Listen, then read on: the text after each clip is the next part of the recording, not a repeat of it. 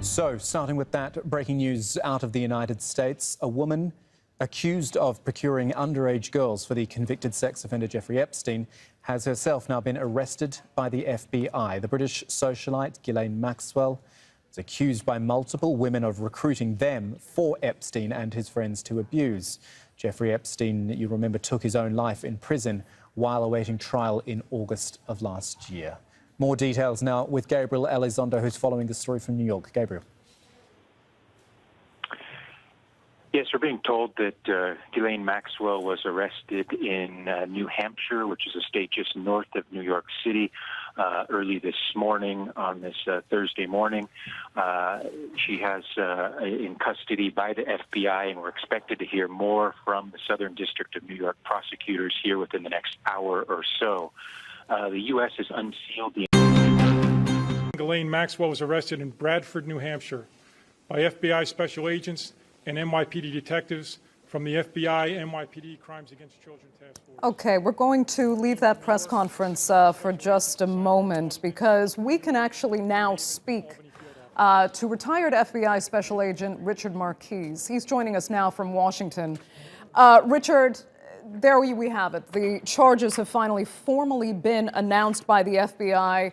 And we heard them also stating that, combating the exploitation of our children is a priority of this office. Yet, these accusations have been out there for decades. Whenever Epstein's abuses were mentioned in any court case, Ghislaine Maxwell's name was right there with his. Why do you think she is only being charged now? I wish I had the answer to that. I know that Mr. Epstein was charged in Florida initially by federal authorities, and then it was switched over to the state, which some deal was made between attorneys and Mr. Epstein, who was a very powerful person, had powerful friends. But why she is just now being charged, I think if we had a clue to that, we'd probably all make $1 million. Okay, but I mean, do you fear it's indicative of something much bigger? And the issue that people have been pointing to throughout this case, that even though the U.S. justice system says it is fair and it is equal, it applies justice equally, the truth is if you have power and you have money, you can evade justice. I hope that's not true. I spent 31 years in the FBI, and I know that we, the FBI, not myself personally, but the FBI locked up a lot of very influential people. But obviously, with all the things going on today, we hear those stories all the time. And in my view, after 31 years in the FBI, I really believe that justice should be fair for everybody. Perjury included sexualized massages during which the minor victim was fully or partially nude. These sexualized massages developed into sexual encounters for which Maxwell, in some instances, was present and participated. Maxwell and Epstein worked together to entice these minor victims to travel to Epstein's residences, depicted on the other chart at the front of the room.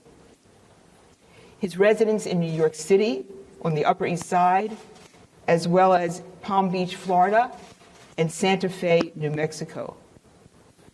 Some of the acts of abuse also took place in Maxwell's residence in London, England. In addition to allegedly enabling and participating in the sexual abuse of young victims, Maxwell compounded her crimes by repeatedly lying in 2016 when she was questioned under oath. And we have charged those lies in two. I'm just glad to see that these charges have now been unsealed and that she's been arrested here in the United States. And hopefully the victims of 20 years ago will have their day in court. Right. I mean, it's fair to believe that. We all hope the system is equal, but I think it's been proven, especially in Epstein's case, that it actually isn't. So, I mean, going forward now, do you think she will be convicted and actually serve a sentence?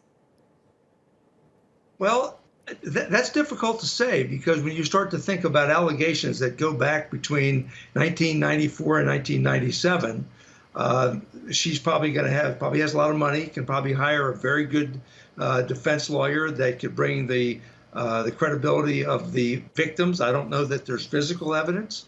And you literally have she said, and it's going to be a difficult case to prove. And I only hope justice is done.